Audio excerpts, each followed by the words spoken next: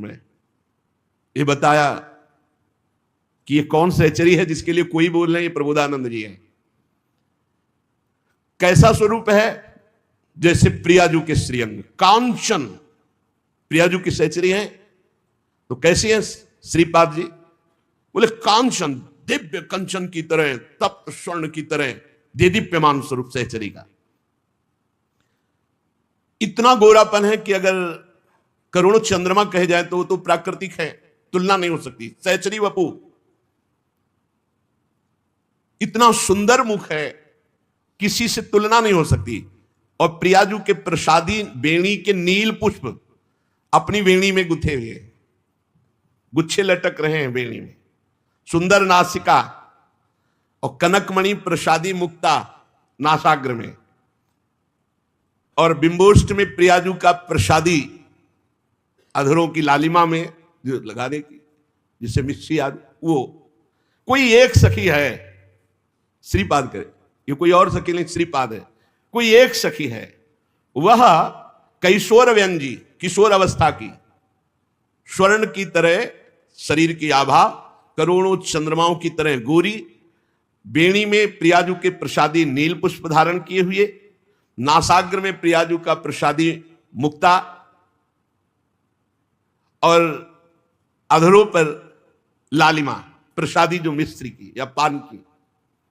किशोर अवस्था है, मंजूर स्तन मुकुलत द्वयुगम, वक्षा स्थल में वस्त्र कंचुकी, मध्य प्रदेश कट देश बहुत क्षीण, कांची नूपुर हारावली केयूर आदि से मंडित, बड़ी सुंदर भाव भंगिमाओं को जानने वाली, और श्री राधा स्निग्ध मुग्धे हित पुलकवतीम स्वामिनी शिक्षिताम, स्वामिनी से शिक्षित। तो क्या श्री जी बैठ के सब सिखाती है अपनी सखियों को? स्वयं च सकला कला सुकुशली कृता, जहां सहचरी भाव आया समस्त कलाएं प्रकाशित हो जाती। संगीत, ज्ञान, प्रिया प्रीतम के मन की बात जान लेना, सब कलाओं में श्री स्वामिनी जी के द्वारा शिक्षित राधा स्नेह की चेष्टाओं से पुलकित, मतलब जितनी चेष्टाएं वो किशोरी जू के लिए, और उसी में आनंदित, और स्वामिनी जू से समस्त कला सम्यक वेत्रिम कला नाम तदतिशय कृपाम स्नेह विश्वास पात्रिम, श्री प्रिया प्रीतम की अत्यंत विश्वास पात्री, कृपा पात्री, स्नेह पात्री, और श्री प्यारी जू के पदनक मणि की शोभा पर कोटि कोटि प्राण न्यौछावर करने वाली, युगल किशोर को विचित्र विचित्र प्रकार से सुख देने वाली, ऐसी कोई एक सहचरी जो स्मरामि वृंदावन कुंज वीथिका, स्मरामि तो नागर दिव्य दंपति, सुगौर नीलो स्मर के लिसागरे, मग्नाव पारे दिन रात्र वेदिनी। देखो, ये जो सहचरी बपू है, प्रिया प्रीतम के समीप हर समय रहता है। प्रिया प्रीतम का साक्षात्कार और सहचरी का साक्षात्कार दोनों ही एक ही होता है। और ये जब कभी कोई रसिक महापुरुष अत्यंत अधीनता देखकर प्रसन्न हो जाते, तब यहां या तो वो प्रदान कर देते हैं दृष्टि, और या फिर घसीट लेते हैं। दोनों में एक बात है, दूर भी है तो प्रदान कर दिया वहीं से, या फिर समीप घसीट लेते हैं। समीप घसीटने का तात्पर्य इतना अपनापन दे दिए कि उसी अपनेपन में धीरे धीरे पर्दा हटता चला जाता है। वो सहज बरस जाए, सहज करुणा कर दे, कोई अधिकार हमारा नहीं, पर वो अधिकार दे सकते हैं। अन्यथा जो सहचरी वपू का दर्शन वही प्रिया प्रीतम का दर्शन, जो प्रिया प्रीतम का दर्शन वही सहचरी वपू का दर्शन। ये दो नहीं है, हित का सारा खेल। हित माने प्रेम, प्रेम में प्रिया प्रीतम, प्रेम में सहचरी। कैसे प्राप्त होता है सहचरी वपू? किसी रसिक महापुरुष के चरणों का आश्रय लेकर, स्मरामि वृंदावन कुंज वीथिका, स्मरामि तो नागर दिव्य दंपति, सुगौर नीलो स्मर केलि सागरे, मग्नाव पारे दिन रात्र वेदिनी। दिन रात और कुछ नहीं, स्मरामि वृंदावन कुंज वीथिका, रात दिन वृंदावन की कुंज निकुंजों का स्मरण कर रहा है बैठे हुए। और स्मरामि तो नागर दिव्य दंपति, दिव्य दंपति श्री श्यामा श्याम उन्हीं कुंज निकुंजों में जो रसमयी लीला कर रहे, कहीं नृत्य हो रहा है, कहीं झूलन लीला हो रही है, कहीं बसंत लीला हो, विविध प्रकार की लीलाएं। खुली आंख दृष्टि सृष्टि बदल जाती है, खुली दृष्टि सृष्टि बदली, जो ऋतु की भावना चल रही वही ऋतु सामने प्रकट, नए बिल्डिंग रहती है, नए ऋतु रहती है, नए समाज रहता है, वो अलग ही। स्मरामि तो नागर दिव्य दंपति, सुगौर नीलो स्मर केलि सागरे, मग्नाव पारे दिन रात्र वेदनी। जो रात दिन सुगौर प्यारी, जो नीलवर्ण सी लाल, जो प्यारी, जो प्यारे, जो के ही चिंतन में रात दिन व्यतीत करता है, वही कृपा पात्र सहचरी वपु को प्राप्त होता है। ये प्रदर्शन की वस्तु नहीं, जब गुरुजन आचार्य कृपा करते हैं तब ये बात, बहुत अनन्यता, बहुत समर्पण, बस इतना ही सरलता है इसमें, सहजता है।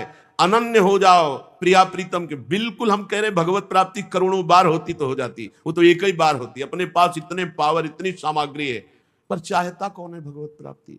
कौन प्रिया प्रीतम से मिलना चाहता है? यही के विषय से फांस लेते हैं कि इसी में हम सुखी और राजी बने रहते हैं। जो श्री भगवान से मिलने की लालसा कर ले उसे प्रभु मिले ना, ऐसा कैसे हो सकता है? पर मिलने की लालसा नहीं जागृत हो पाती, क्योंकि भोगों की लालसा ही हमको प्रभु से विमुख कर दिए। श्री गोस्वामी तुलसीदास जी महाराज, मन मेरे मानहि सिख मेरी, जो निज भगति चाहे हरि केरी, उरया नहीं प्रभु कृत हित जेते, से वही तेज अपन पहुंचेते, दुख सुख अरु अपमान बढ़ाई, सब सम लेखई विपत्ति बिहाई।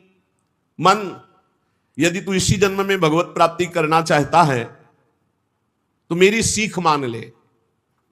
गर्भवास से लेकर अब तक भगवान की तेरे ऊपर कृपा ही कृपा है। देख ले भगवान के लिए तूने क्या किया।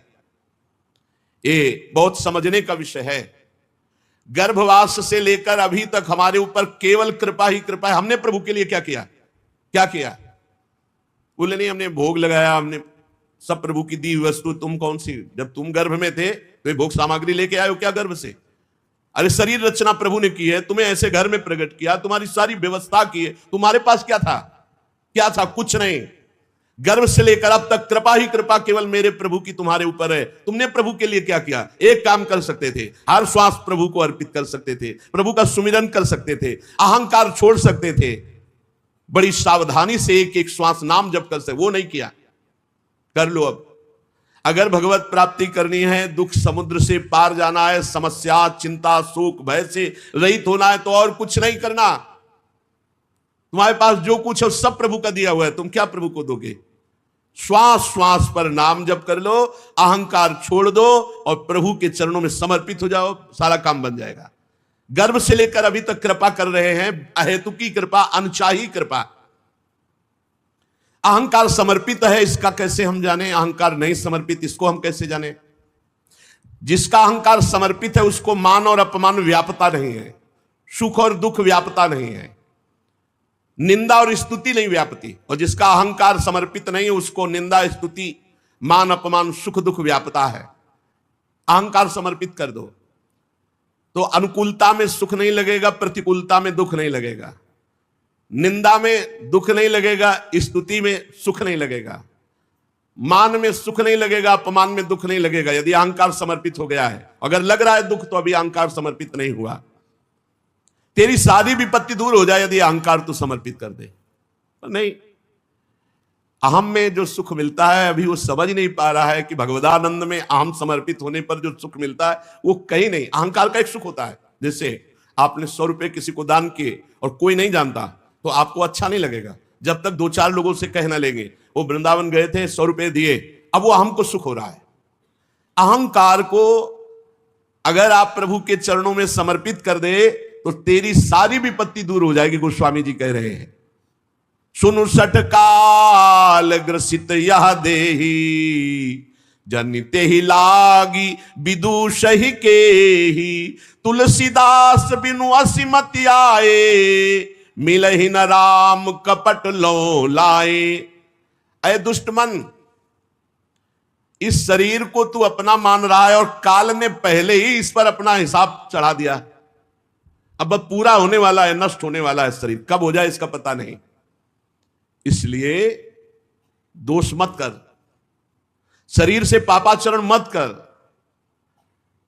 जब तक तू कपट, छल, पाप इनका त्याग करके भगवान का भजन नहीं करेगा, भगवान के भजन के बल से इनका त्याग नहीं करेगा, तब तक भगवान नहीं मिलेंगे। क्योंकि भगवत प्राप्ति होती है प्रेम से, प्रेम, सहज प्रेम। ते समाज गिरजा में रहू और सर पाए बचन एक कहू, हरि व्यापक सर्वत्र समाना, प्रेम ते प्रगट होए मैं जाना। इसलिए तेरा छल, तेरा कपट, तेरा अहंकार, ये ढोंग करने से नहीं होगा। तेरे तुलसीदास बिनु असीमत आए, मिलहि न राम कपट लौ लाए। ये कपट का ढोंग करने से भगवान प्रसन्न नहीं होते हैं। सच्चाई से चलो, अहंकार प्रभु को समर्पित कर दो। दुख सुख मान अपमान निंदा स्तुति समान भाव से सहते हुए हर श्वास निरंतर नाम जप करो, भगवत प्राप्ति हो जाएगी। मैं जानी हरिपद रति नाही, सपने हूं नहीं विराग मन माही। श्री रघुबीर चरण अनुरागे, तीन सब भोग रोग सम त्यागे। मैंने जान लिया कि मेरे हृदय में प्रभु के चरणों का प्रेम नहीं है। मैंने जान लिया संसार से सही वैराग्य नहीं है। क्यों? यदि सही वैराग्य होता और सही प्रेम होता तो मुझे जितने भोग हैं ये सब रोग के समान दुखद लगते। अगर मुझे प्रभु अच्छे लगते तो ये भोग अच्छे न लगते। भोग अच्छे लग रहे हैं, इसका मतलब मेरी भक्ति कपट युक्त और वैराग्य धोखेबाज। सही वैराग्य नहीं है, सही भक्ति नहीं है। सही वैराग्य और भक्ति का तीन सब भोग रोग सम त्यागे। जैसे कोई भयानक रोग दुख देता है, ऐसे ही हर भोग दुखद लगे तो जाने की भक्ति सही, वैराग्य सही। काम भुजंग डसत जब जाही, विषय नींब कटु लगत न ताही। बोले जिसे काम रूपी विषधर सर्प डस लेता है उसे कड़वी नीम मीठी लगने लगती है। गांव में जब किसी को सांप काटा जाता तो उसको नीम पवाई जाए। सांप काटा जिसको तो नीम पर, बोले नीम कैसी? बोले कड़वी।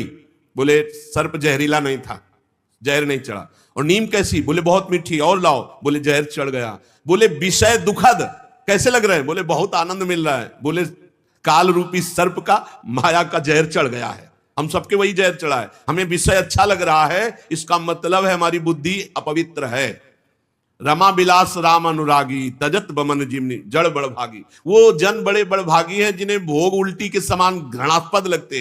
वो तीन सम भोग रोग सम त्यागे। रोग के समान भोग उन्हें दिखाई देते, हमें तो अमृत के समान दिखाई देते। इसका मतलब कह रहे कि काम भुजंग डसत जब जाही, विषय नींब कटु लगत न ताही। जिसे काम रूपी सर्प ने डस लिया तो विषय भोग रूपी कड़ुआ, ये मीठा लगता है, कड़ुआ नहीं लगता, मीठा लगता है। अब असमंजस हृदय विचारी, बढ़त सोच नित नूतन भारी। देखो मन की चाल को देखो, ऐसे फंसाता है मन, और जब फंसा देता है तब रोते रहो प्रभु बचाओ बचाओ। फिर भगवत प्राप्ति नहीं हो पाती है, ये भोग ही सामने घेरते रहते हैं। असमंजस हृदय विचारी, बढ़त सोच नित नूतन भारी। जब कब राम कृपा दुख जाई, तुलसीदास नहीं आन उपाई। भगवान की कृपा से जिस साधक के हृदय में दृढ़ निश्चय हो गया कि मर चाहे जाऊं, अब भोग नहीं भोगूंगा, भगवत प्राप्ति करूंगा, वो तो निकल जाएगा। और जो ऐसा फिसलन स्वभाव वाला है कि आज भोग लेते हैं भगवान माफ कर देंगे, आगे भगवत साक्षात्कार हो जाएगा, बहुत कठिन। फिर वो भोगों की पंक्ति आ जाएगी, वो उसमें फंसता चला जाएगा। कितना भोगे, मन ललचाता चला जाएगा। और अगर आपने नियम ले लिया नहीं तो सब रास्ता साफ होता चला जाएगा। इसलिए मन को भोगों से दृढ़ता पूर्वक हटाना होगा, कसम खा के हटाना होगा कि अब कुछ भी हो जाए हमें भोग नहीं भोगना। चाहे वो जनेन्द्रीय का भोग हो, चाहे वो रसेंद्रीय का भोग हो, रूखा सूखा खा के बस जीवन व्यतीत करो और खूब भजन करो। भजन से ही भगवत प्राप्ति होती है। श्री महाराज पृथु, जब ब्रह्मा जी ने उनको आदेश किया कि आप सभी यज्ञ पूर्ण न करें, क्योंकि इंद्र बार बार पाखंड का रूप धारण कर रहा है और इससे पाप का बहुत प्रचार होगा, पाप बढ़ेगा, इसलिए तुम 99 ही यज्ञ रहने दो। तो उसी समय पृथु जी ने यज्ञ का संकल्प रोक दिया, सवी यज्ञ का। इससे भगवान हरि बहुत प्रसन्न हुए और वहीं भगवान प्रकट हो गए।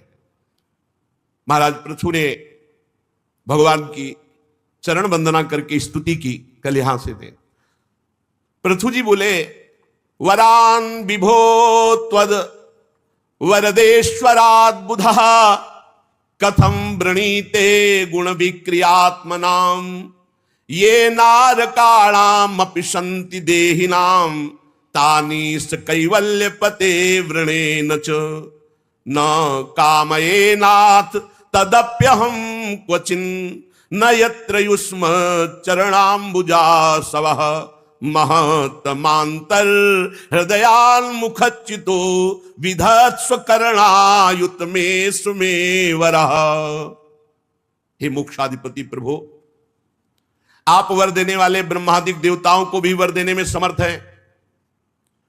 और आपने कहा वरदान मांगो, तो कोई भी बुद्धिमान पुरुष आपसे विषय भोग कैसे मांग सकता है? वे विषय भोग तो नारकी जीवों को भी मिलते हैं और आपके प्रसन्न होने पर कोई विषय भोग कैसे मांग सकता है? अतः मैं त्रिभुवन का कोई भी भोग आपसे नहीं चाहता। मुझे मोक्ष पद की भी इच्छा नहीं है। मेरे अंदर एक इच्छा है कि सदैव आपके प्रेमी संत महापुरुषों का सानिध्य मिले और उनके श्रीमुख के द्वारा आपकी लीला कथा मकरंद, आपकी कीर्ति, आपकी कथा सुनने को मिले।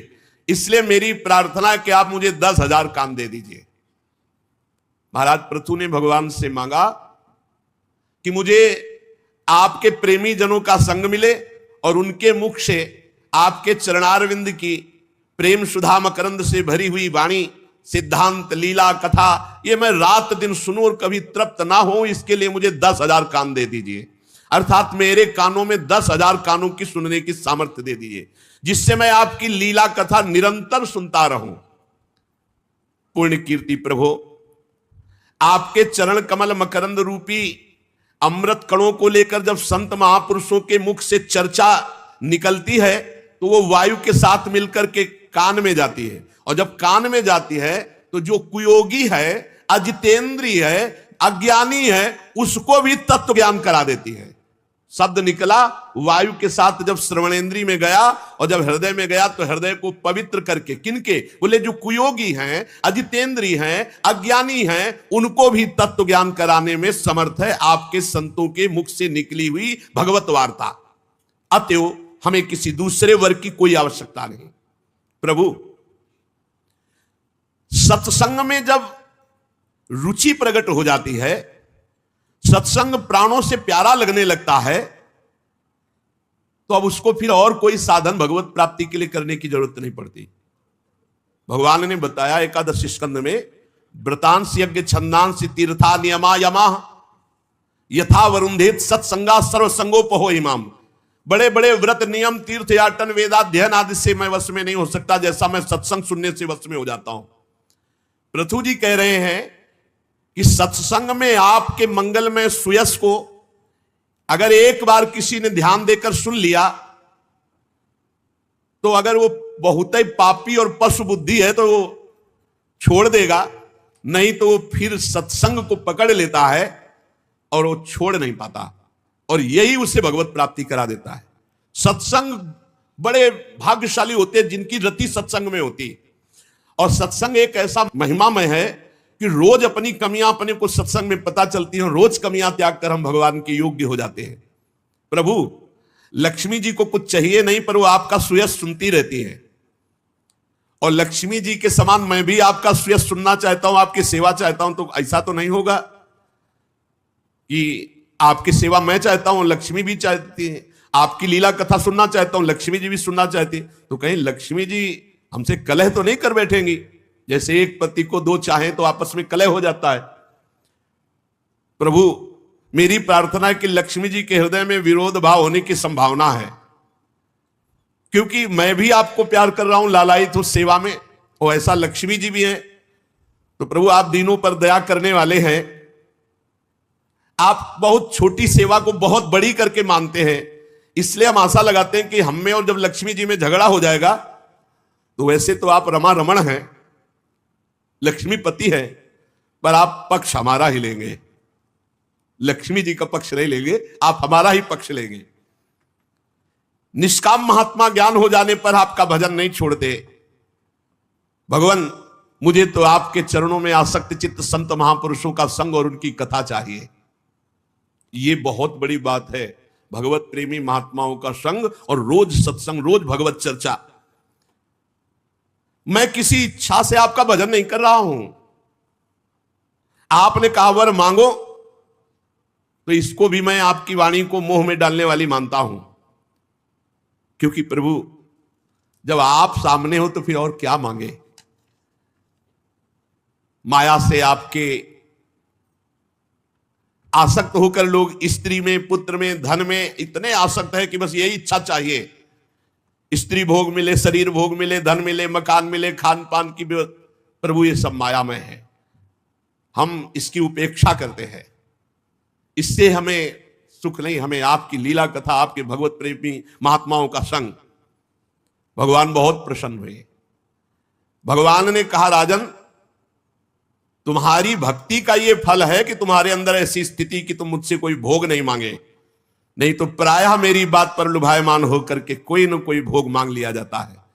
तुमने इसलिए नहीं मांगा कि सौभाग्य से तुम्हारा चित्त मेरे में लगा हुआ है, ऐसा होने के कारण मेरी माया तुम्हें मोहित नहीं कर पाई। ध्यान दीजिए, जिसका चित्त भगवान में लगा है, जिसकी भक्ति भगवान के लिए, उसे माया मोहित नहीं कर सकती। माया का बंधन छूटना अत्यंत कठिन है, पर जो सावधानी पूर्वक मेरी आज्ञा का पालन करता है और मेरा चिंतन करता है, उसका सर्वत्र मंगल होता है। माया उसको बांध ही नहीं पाती। दो शब्द, भगवान की आज्ञा का पालन और भगवान का निरंतर चिंतन। श्री मैत्रेय जी कहते हैं, विदुर जी, इस प्रकार भगवान राजर्षि पृथु के सारगर्भित वचनों का आदर किया। फिर पृथु जी ने भगवान की पूजा की। देखते देखते भगवान अंतर ध्यान हो गए। पृथु जी ने वहां उपस्थित समस्त देवता, ऋषि, पितर, गंधर्व, सिद्ध, चारण, नाग, किन्नर, अप्सरा, मनुष्य, पशु, पक्षी सबको भगवत भाव से प्रणाम किया। फिर पृथु जी अपने नगर में आए। पूरी प्रजा उल्लसित होकर महाराज पृथु का अभिनंदन किया। पूरा नगर सजाया गया था। 100 अश्वमेध यज्ञ का संकल्प लिए थे, 99 पूरी करके आए हैं। ब्रह्मा जी ने मना कर दिया, नहीं तो सभी पूरी करते, चाहे इंद्र को स्वाहा करना पड़ता, पर वो ब्रह्मा जी ने फिर समझा दिया। तो पूरी प्रजा, ऋत्वजगण सब पृथु जी का जब वो अपने राज्य में वापस आए तो बड़ा स्वागत किया। पृथु जी का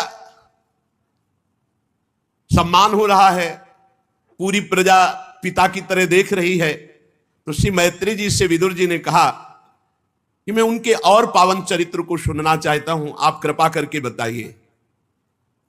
मैत्रेय जी ने कहा, बड़े भाग्यशाली हैं जो गंगा और यमुना के मध्यवर्ती देश में पैदा हुए। ये बड़ा पावन क्षेत्र है, गंगा यमुना का ये सब बड़ा पावन क्षेत्र है।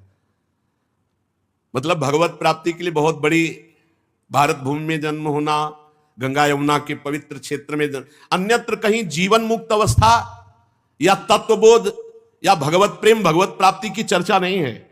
बस वही नरक स्वर्ग की बातें हैं। परम पद, भगवत प्राप्ति, तत्व ज्ञान, प्रेम, ये तो सब भारत में ही ब्रह्म ऋषियों के द्वारा जो अनुभव किया गया। बाहर अगर कहीं किंचन मात्र है तो भारत के किसी ब्रह्म ऋषि के द्वारा। यमुना और गंगा के मध्यवर्ती क्षेत्र में जन्म होना बहुत बड़े तप का फल है, जो भगवान के भक्तों को और ब्रह्म ऋषियों को सदैव सम्मान देता रहता है और अपने प्रारब्ध भोग को क्षय करता रहता है। तो यहां स्वाभाविक भगवत प्राप्ति हो जाती है। ऐसा पावन देश है, पावन क्षेत्र है कि अगर भक्तों का संग मिलता रहे, ब्रह्म ऋषियों का आदर करते रहे और अपने प्रारब्ध भोग को सह ले, सुख दुख जो संपत्ति विपत्ति आवे, फूले ना भूले ना, तो इस धीरे धीरे भगवत प्राप्ति की योग्य बना देती है। राजा पृथु संपूर्ण प्रजा को एकत्रित किए और कहा, आपका कल्याण हो महानुभाव, मैं कुछ निवेदन करना चाहता हूं। आप हमारी प्रिय प्रजाजन हैं, हमारा उद्देश्य है आपको परमानंद की प्राप्ति कराना। केवल कर लेना या राजभोग भोगना नहीं है। हम अपनी समस्त प्रजा से विनय करते हैं कि आप लोग बहुत सुंदर उपदेश कर रहे हैं, पर दोष दर्शन छोड़ दीजिए और हृदय में भगवान का सुमिरन करते हुए अपने कर्तव्य का पालन कीजिए। घर घर में नाम कीर्तन, घर घर में ठाकुर सेवा, घर घर में भगवत चर्चा, ये मेरे ऊपर बड़ा अनुग्रह होगा, ये मैं विनय कर रहा हूं, मेरी बात मान लो। अर्थात आप हम पर बड़ी कृपा करेंगे यदि सब नाम कीर्तन अपने घरों में करेंगे, भगवत चर्चा सुनेंगे, किसी से कभी भी दोष दर्शन वाली ना वार्ता करे ना दोष दर्शन करे, ये बहुत भजन की हानि कर देती है। महाराज प्रथु पहला उपदेश क्या दे रहे प्रजा को? हे प्रजाजनों, आप लोग पर दोष दर्शन छोड़ दीजिए, दूसरों पर दोष दृष्टि करना छोड़ दीजिए। ये मैं अनुग्रह करता, मेरे ऊपर अनुग्रह करोगे जो मैं कह रहा हूं यदि करोगे। जो भजन करता है दूसरों के दोष दर्शन करता है, दूसरों की निंदा करता है, कोई उन्नति नहीं होगी उसकी। पूज्यपाद उड़िया बाबा जी महाराज, पर दोष दर्शन, पर दोष निंदा वर्णन करना और श्रवण करना, तीनों का परमार्थ नष्ट हो जाता है। पहला उपदेश किया प्रजाजन से कि आप परस्पर दोष दृष्टि का त्याग कीजिए, तभी भजन होगा। पर दोष दर्शन, दोष दर्शन का अधिकार गुरु को, पिता को, उपदेष्टा को है।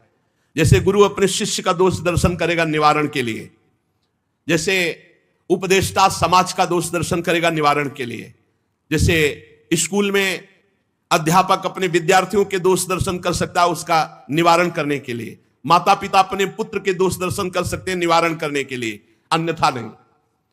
अगर आप अपने मित्र का दोष दर्शन किए हैं तो सिर्फ उसी से एकांत में कहिए, एकांत में, ए भाई हमने देखा कि आप ऐसा गलत है तो आप सुधार कर ले। अगर दूसरे से कहते तो निंदा हो जाएगी, दोष दर्शन वो आपके ऊपर हावी हो जाएगा। अगर आप बहुत प्रिय मित्र है और कोई गलत किया है तो उसे एकांत में आप उसी से कहिए, दूसरे से नहीं। दूसरे से कहा तो निंदा हो जाएगी, वो आपके साधना में बाधा पहुंचा देगी। पृथु जी महाराज कह रहे सबसे पहले दूसरों पर दोष दृष्टि त्याग कर हृदय से भगवान का स्मरण करते हुए अपने कर्तव्य का पालन करो, ये मुझ पर बड़ी अनुग्रह होगी और इसी से भगवत प्राप्ति हो जाएगी। बिल्कुल सरल उपाय, किसी की निंदा नहीं करना, निरंतर भजन करना, अपने कर्तव्य का पालन करना। जो विशुद्ध चित्त होकर समस्त देवताओं को, महर्षि गणों को, भक्तजनों को प्रार्थना करता है, प्रणाम करता है, उनकी सेवा करता है, तो मरने के अनंतर वो भगवत प्राप्त हो जाता है। देवताओं की वंदना, महर्षि गणों की वंदना, भक्तों की अभ्यर्थना, नाम जप, किसी से कोई दोष दर्शन नहीं, अपने कर्तव्य का पालन, तीन को बराबर फल मिलता है। क्रिया का उपदेश देने वाले को और उसके कर्ता को और उसके अनुमोदन को। इसलिए बहुत होश से उपदेश भी दे और समर्थन भी करे, और क्रिया तो होश से करे, नहीं तीनों को बराबर फल मिलता है।